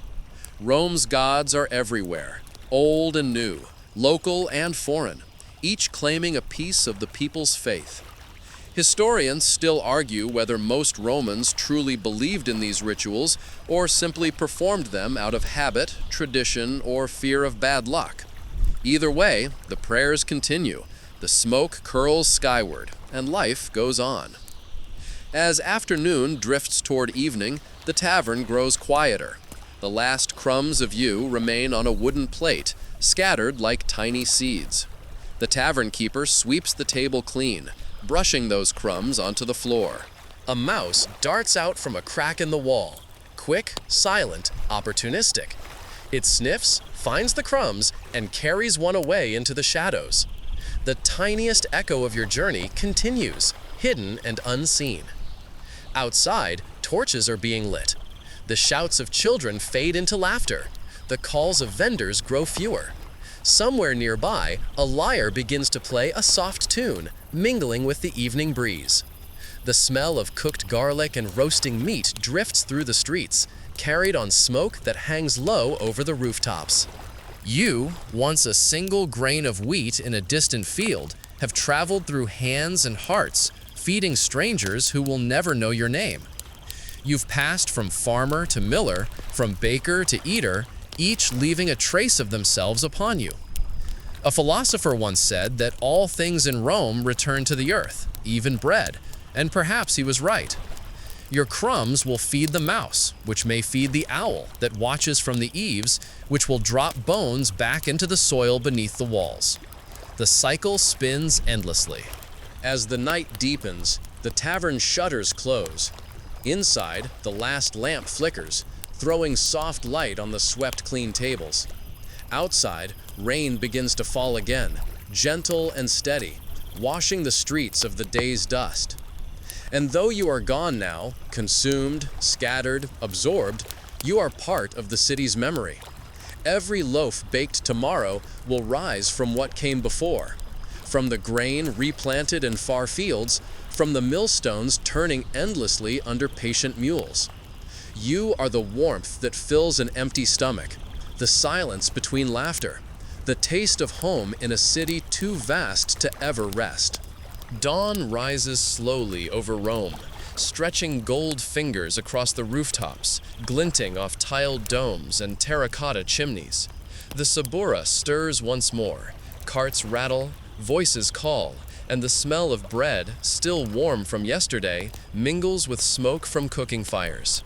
You, or what remains of you in memory, rest in the faint echoes of that bustling tavern, scattered crumbs under benches, perhaps nudged by a mouse or a passing child. Yet your journey continues, for the story of wheat is never truly over. A new morning brings fresh grain. A mule cart creaks down the alley, sacks stacked high, swaying gently with every step. The air smells of damp stone, clay rooftops, and the faint tang of the Tiber, mingling with the earthy aroma of spilled flour. You imagine the unseen grains riding in the cart beside you, each about to experience the city as you once did. The sacks are lifted into a small bakery closer to the Forum, the building modest but organized. The owner, a man named Quintus, is already at work, stirring water and yeast in a large wooden tub. His hands are calloused, movements smooth and confident. He hums a tune faintly, a melody almost forgotten, as though it has traveled centuries with the grain itself. You're poured into a trough, feeling the slight dampness of water, the subtle grit of salt, and the faint golden shimmer of olive oil. Slowly, the kneading begins. Hands fold and press, turning coarse flour into supple dough. The transformation is mesmerizing. What was once a hard, dusty mass becomes soft, elastic, alive. The kneading is methodical, almost hypnotic, as though the baker is in conversation with the dough, coaxing it into shape. Outside, the streets awaken fully. Children run through puddles left from last night's rain. Vendors begin calling their wares: fresh fish, dates from Egypt, olives and cheese. The aroma of roasting meat drifts from a nearby tavern, mixing with the bread in an almost intoxicating blend. One can almost forget the grandeur of temples and forums when the pulse of daily life is this vivid. Quintus cuts the dough into rounded loaves, pressing small stamps into each to mark ownership, much like the baker before him. The shapes vary, some tall and thin, others squat and hearty. Each loaf is a promise, a meal, a comfort, a moment of satisfaction for someone who will consume it soon. Historians still argue whether these stamps were purely practical or also carried religious significance, blessings, or subtle social messages, perhaps both. The loaves are loaded onto long wooden paddles and slid into the domed brick oven. The heat is immediate, radiating through the room, carrying the faint aroma of burnt olive oil and ancient stone. You feel the heat as a soft embrace, warming from the outside in. The bread swells, crusts form, and a gentle crackle escapes each loaf as moisture escapes into the oven's dry air. Meanwhile, the city hums beyond the bakery walls. Soldiers march through the Forum, their armor clinking with precision.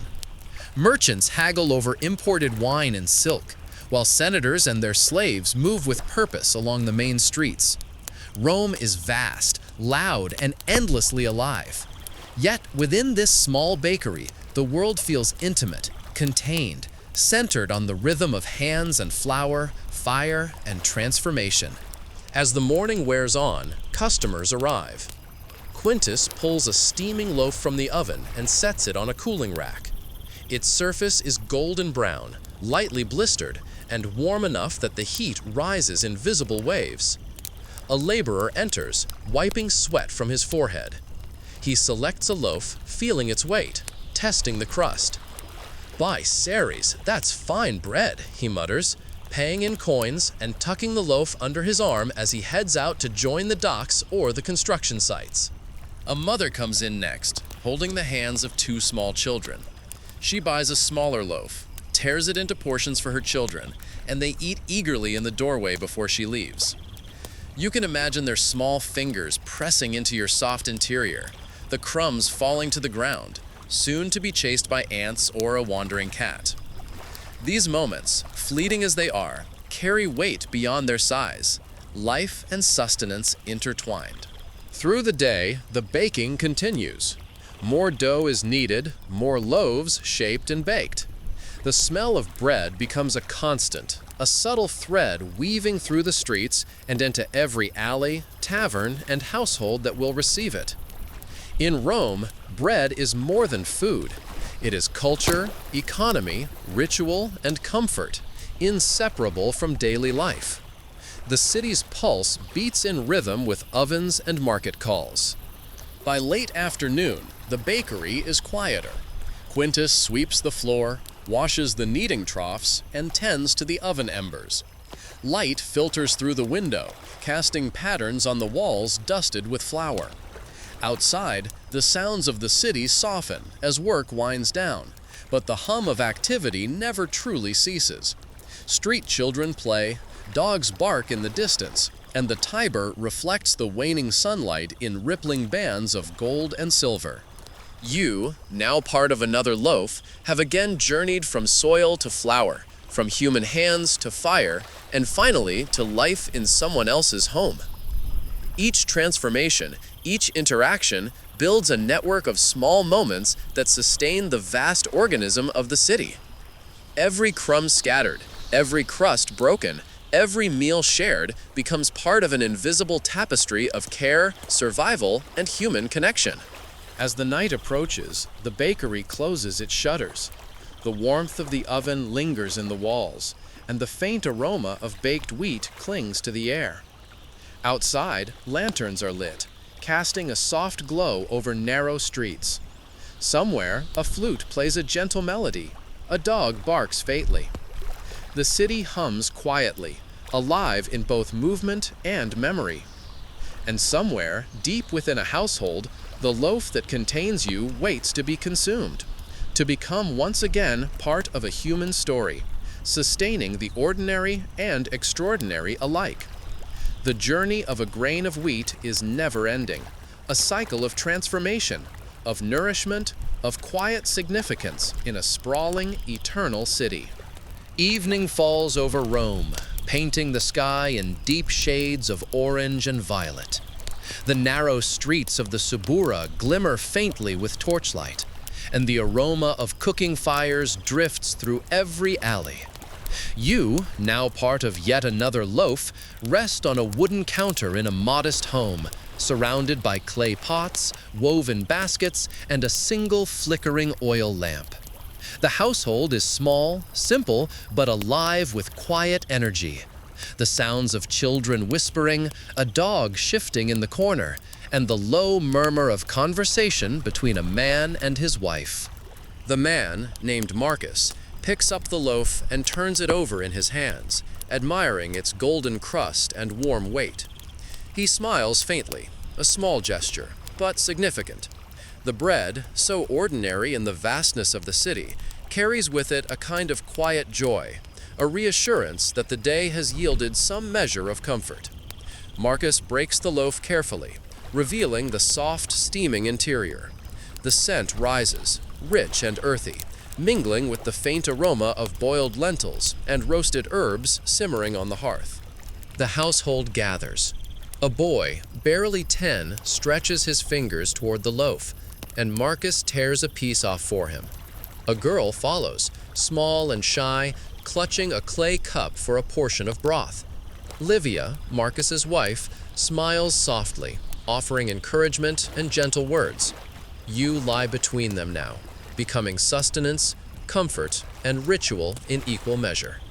Outside, the city hums with evening life.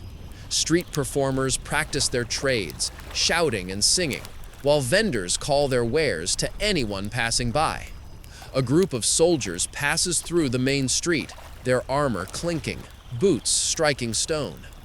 Yet within this small home, the noise softens to a distant rhythm, almost like a heartbeat in the walls. Marcus and Livia eat slowly, mindful of the portion of you that remains. The crust is crisp beneath their fingers, and the interior softens in their mouths, carrying the faint taste of salt, warmth, and fire.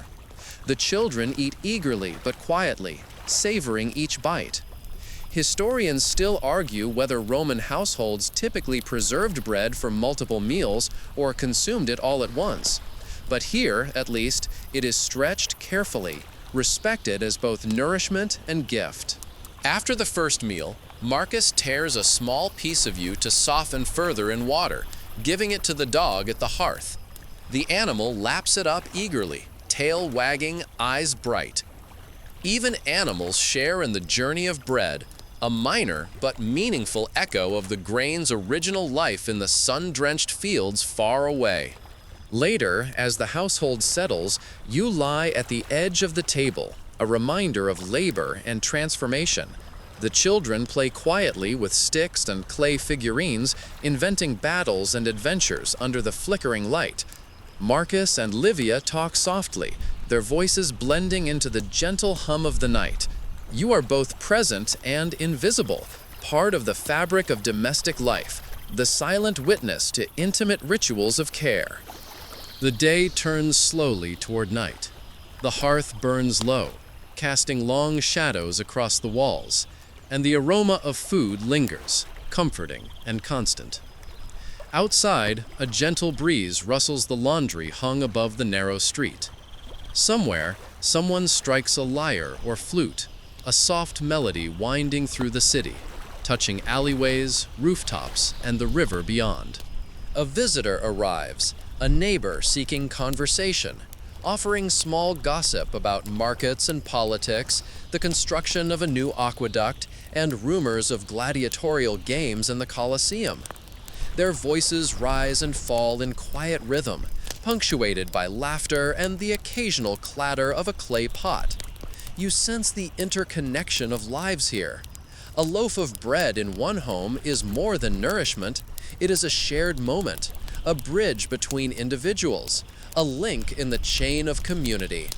Marcus slices the remaining loaf for the next day's breakfast, wrapping it carefully in cloth. You will rest, softening slightly overnight, ready to be transformed again in the morning meal. The household grows quieter. The children are tucked into their simple beds, and Marcus and Livia sit near the dying hearth, speaking softly or simply listening to the hum of the city outside. Rome at night is a different world. Streetlights flicker, shadows lengthen, and the distant Tiber murmurs quietly. Life in the Subura slows, though never completely ceases.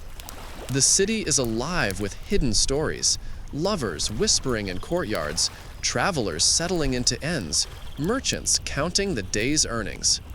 And yet, within this small home, a loaf of bread embodies a universe of care, patience, and sustenance.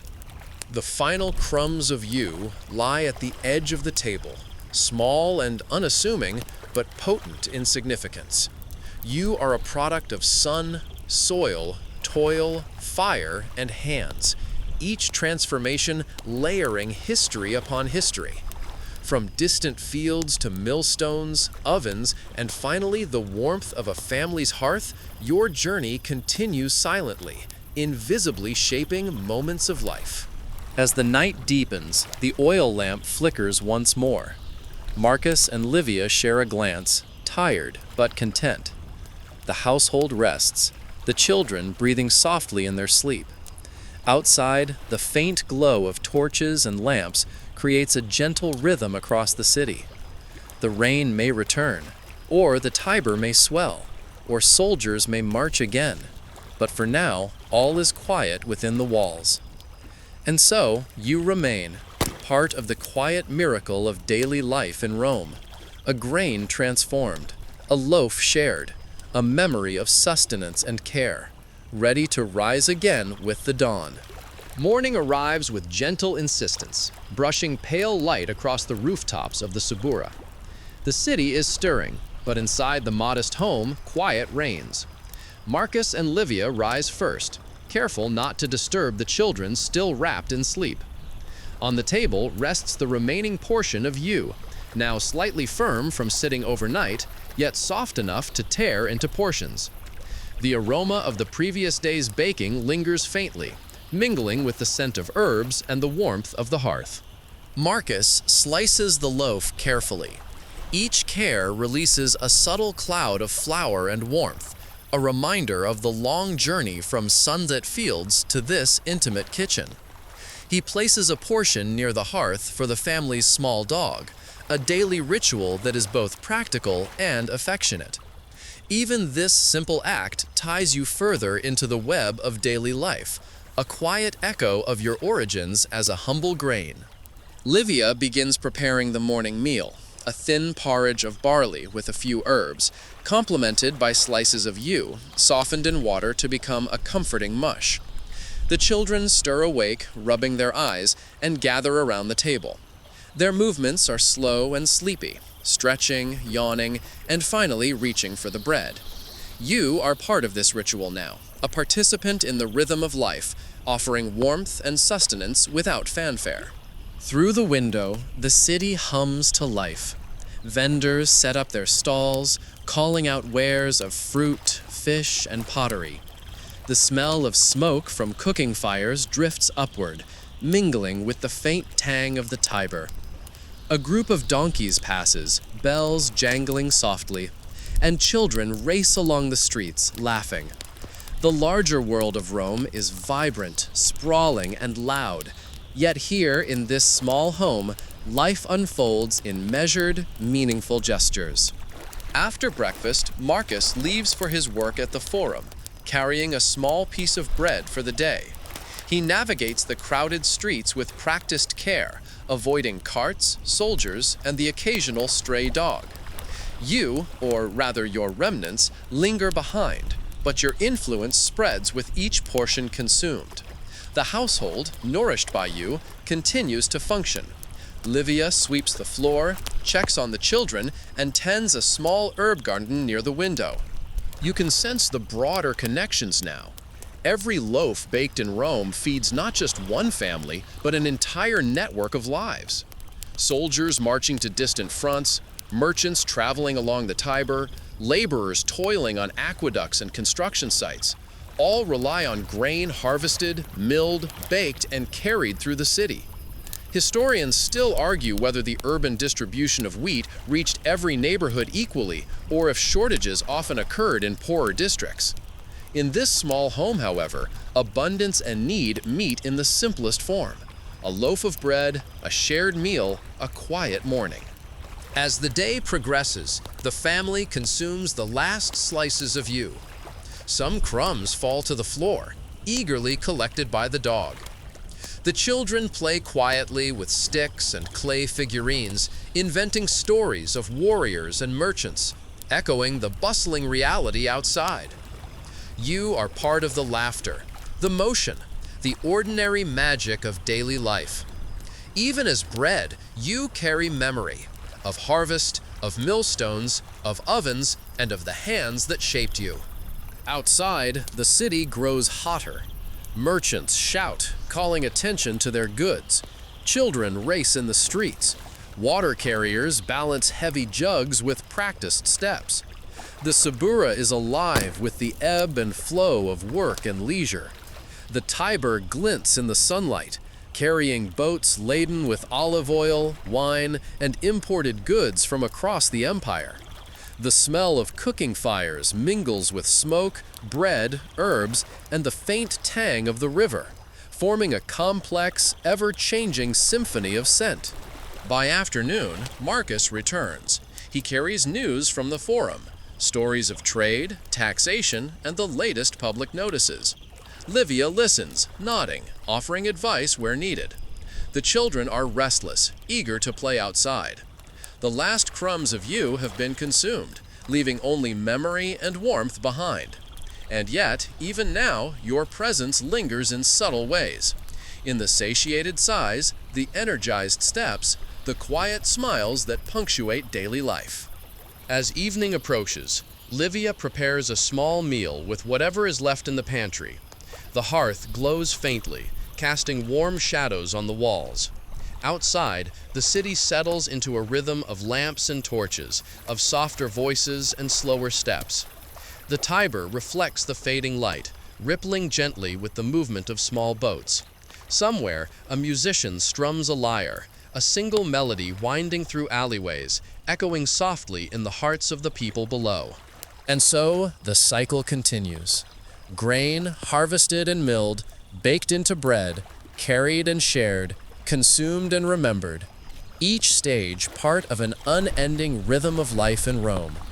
You have traveled far from the sun-drenched fields where you began, passed through hands and fires, and now live on in memory and sustenance, a quiet thread woven into the fabric of daily existence. The household settles as night deepens. Children sleep, the dog curls near the hearth, and Marcus and Livia sit quietly, speaking in hushed tones, or simply listening to the distant sounds of the city. Outside, the streets grow quieter, but never silent. Rome, like all great cities, pulses with unseen energy. Carts rolling, merchants closing their stalls, dogs barking, the river murmuring, the wind whispering through narrow streets. You, a grain-turned loaf, have fulfilled your journey once more, shaping life, comfort, and community. And yet, tomorrow will bring new grain, new loaves, new stories, an eternal cycle of growth, transformation, and quiet significance. Night drifts into the Subura, soft and muted, with the occasional distant clang of a cart or the low murmur of soldiers making their rounds. The household has long settled, the children asleep, the dog curled near the hearth, and Marcus and Livia speaking in whispers. The last vestiges of yesterday's bread, the portion of you that remains in memory, have been consumed, leaving only faint crumbs and a warm sense of satisfaction. Yet the story of grain and life in Rome continues, and soon a new day will bring fresh flour, new hands, and ovens ready to transform wheat once again. Before dawn, the city has its own rhythm. Water carriers tread quietly to fountains, drawing fresh supplies for households. Street sweepers brush dust and debris from cobblestones. Bakers rise early, already at work kneading dough, their movements practiced and precise. The smell of freshly milled grain and simmering porridge drifts through narrow alleys. You, now a memory in the quiet home, could imagine the cycle beginning again with another handful of wheat, destined for transformation.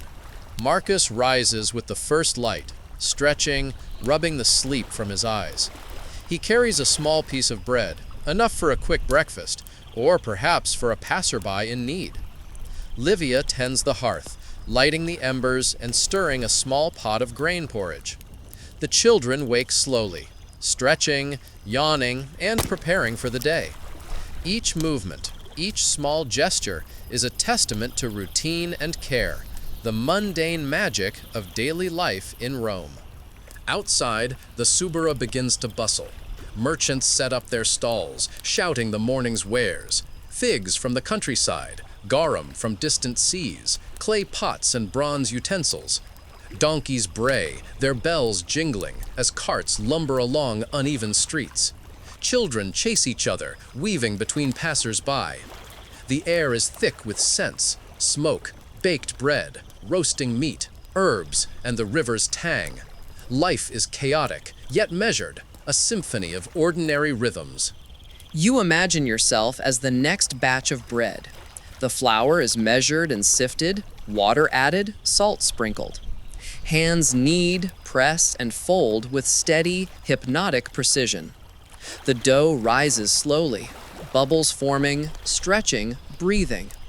The oven glows warmly, inviting loaves to transform within its brick chamber.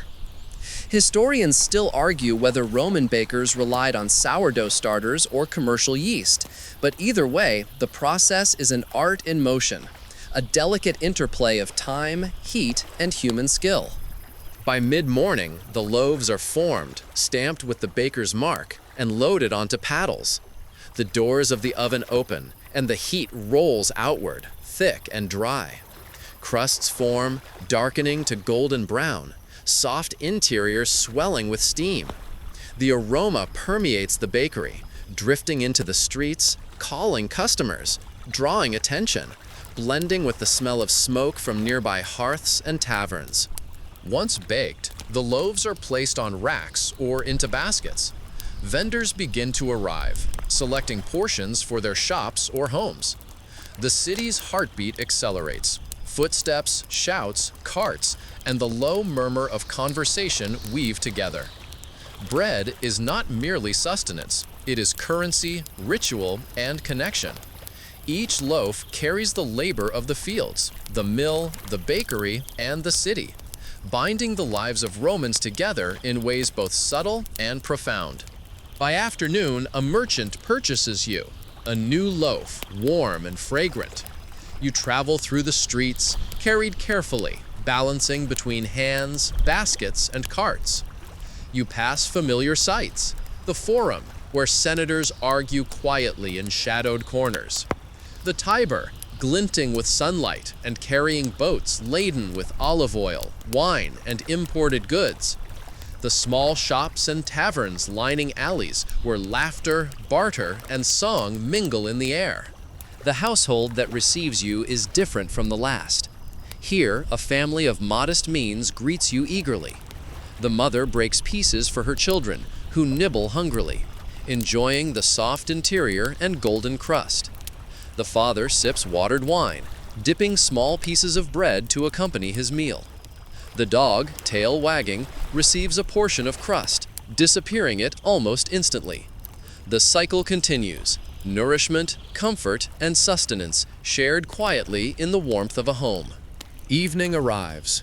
The family cleans, sweeps, and prepares for the night. Outside, lamps flicker in the streets, casting shadows on walls and alleys. The distant sound of the Tiber, the soft clatter of carts, and the murmur of conversation fill the air.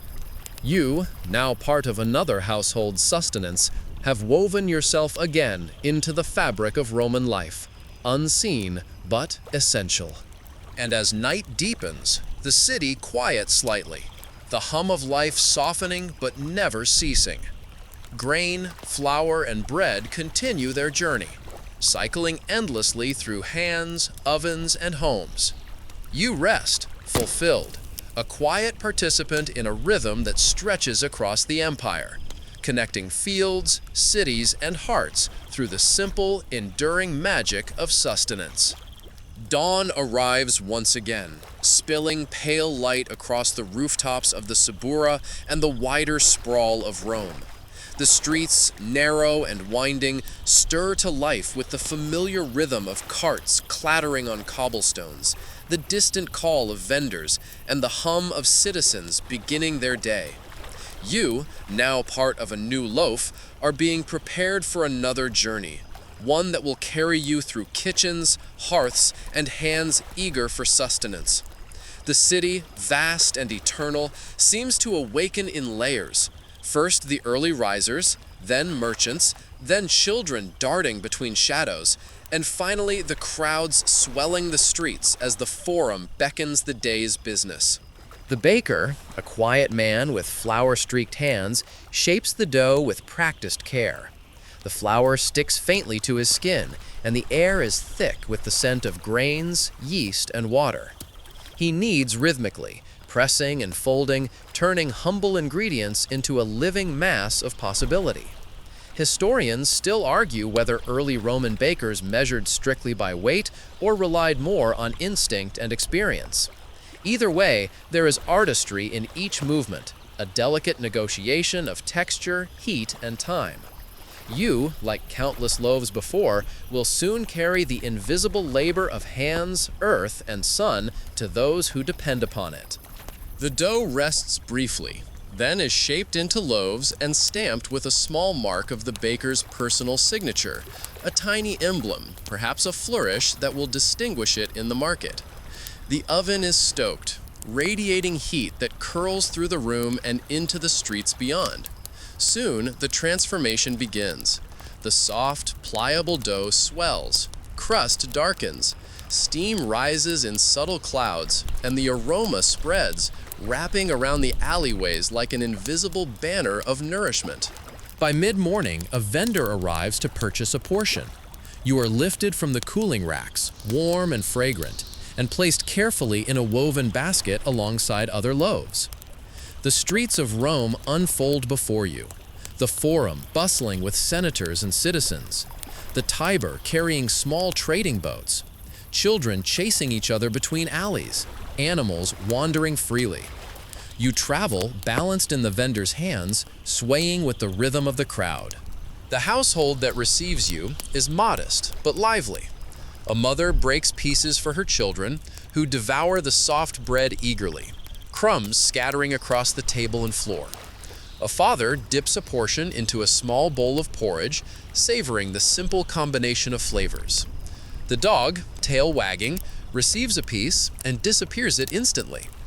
You, as bread, have become both sustenance and ritual, a quiet anchor in the daily life of this family. Through the day, the household carries on with ordinary routines, mending clothes, tending small herb gardens, and trading small goods with neighbors. Outside, the Subura hums with activity. Merchants haggle, street performers entertain, and carts transport goods to every corner of the city. The smell of smoke from hearths and taverns blends with the aroma of bread and herbs, creating a complex, comforting perfume that permeates the streets.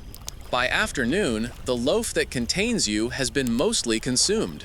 Crumbs fall to the floor, eagerly gathered by children or the family dog. Yet even these remnants carry the story of your journey, from distant fields, through millstones, through ovens and hands, into lives that rely on your warmth and substance. Bread, in this context, is more than food. It is connection, memory, and quiet continuity in the ever-changing rhythm of the city. As evening approaches, the household settles. The hearth glows softly, casting shadows on walls lined with simple shelves and clay pots. The family cleans and prepares for the night. Outside, lamps are lit, casting gentle pools of light along narrow streets. The distant murmur of the Tiber continues, punctuated by the occasional bark, the clatter of carts, and the soft voices of neighbors sharing the day's news. You, a humble loaf, once composed of a single grain, have now traveled through multiple lives, feeding children, adults, and animals alike.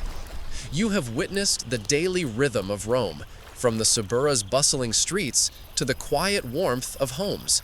And as night deepens, the city softens, but never sleeps entirely. A living organism fueled by the simple, enduring act of sustenance. Tomorrow, the cycle will begin anew. Fresh flour, new loaves, and countless hands shaping, baking, and sharing the humble grain. You rest now in memory, a silent thread woven into the tapestry of life in Rome. Night settles over Rome like a soft, dark blanket. The Subura quiets, though distant voices and the murmur of the Tiber remind you that life continues even in darkness. You, now part of the last loaf, rest on a wooden table in a small household.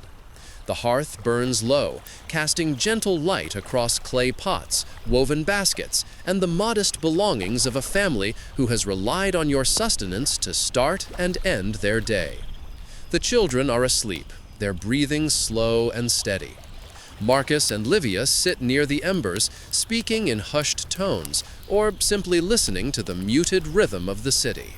The remaining crust is broken gently, softened in water, and paired with a small bowl of barley porridge.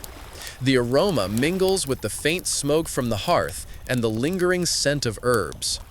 Each bite taken by the family carries warmth and sustenance, filling stomachs and hearts alike. You are part of a quiet ritual that has repeated countless times across the empire, a simple act anchoring ordinary life in Rome. Even as a humble loaf, your presence holds significance, comfort, memory, and continuity. Outside, the city breathes. Lanterns flicker along streets, casting shadows that twist and sway. Somewhere, a dog barks faintly. A child dreams quietly in a distant insula. A street vendor sweeps his stall, preparing for the next day. The Tiber reflects the soft light of the moon, rippling gently with unseen currents. Historians still argue how Romans perceived the everyday city, whether the Subura's chaos was oppressive or simply a vibrant, living organism. From your place on the table, it feels like both, a mixture of energy, noise, and quiet domestic worlds contained within it. As the family finishes their meal, the last crumbs of you are carefully swept together. A small piece is fed to the dog, another softened for tomorrow's breakfast, and the remainder brushed into the hearth. Each fragment continues the cycle, whether in memory, nourishment, or soil, eventually returning to the earth. The journey of a single grain, now bread, illustrates a quiet truth. Life is sustained in small, often unnoticed ways, through routine, care, and simple acts of sharing. The household grows still. Marcus leans back, closing his eyes, while Livia tends the last embers. Outside, the Subura is calm, bathed in silver light from the moon and torches along streets and alleyways. The faint sound of water flowing along the Tiber and the occasional rustle of animals remind you that the city never truly sleeps. Even here, at the edge of night, the pulse of Rome continues, fueled by labor, laughter, and life's ordinary rituals.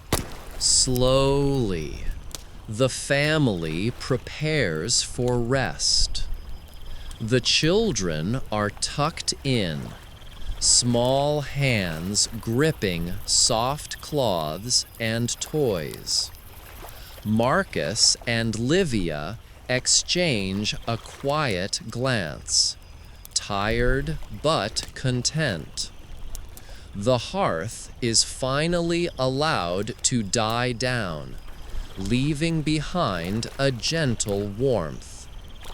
Outside, distant lyres and flutes play faintly, the melodies drifting through alleyways and courtyards, wrapping the city in soft music. You, once a simple grain of wheat, have traveled through fields, mills, ovens, markets, and homes. You have nourished hands, hearts, and bodies. You have witnessed daily life, intimate and sprawling, and you have quietly shaped the rhythm of ordinary Roman existence. In every bite, every shared meal, and every crumb that found its way to animals or the earth, you have become part of a vast, interconnected system, invisible yet essential. Now, as night deepens and the Subura rests, the city's pulse slows but does not cease. Your journey may end for now, yet tomorrow will bring new grain, new loaves, and new hands to shape and share. The cycle is eternal, a testament to life's persistence and quiet continuity. You rest in memory and in the lingering warmth of the hearth, a humble yet profound witness to the daily miracle of sustenance, care, and connection. Slowly, let your mind ease. Imagine the distant wheat fields, the millstones turning, the ovens warming. Hear the gentle murmur of the Tiber, the soft crackle of embers, the quiet breaths of a sleeping family.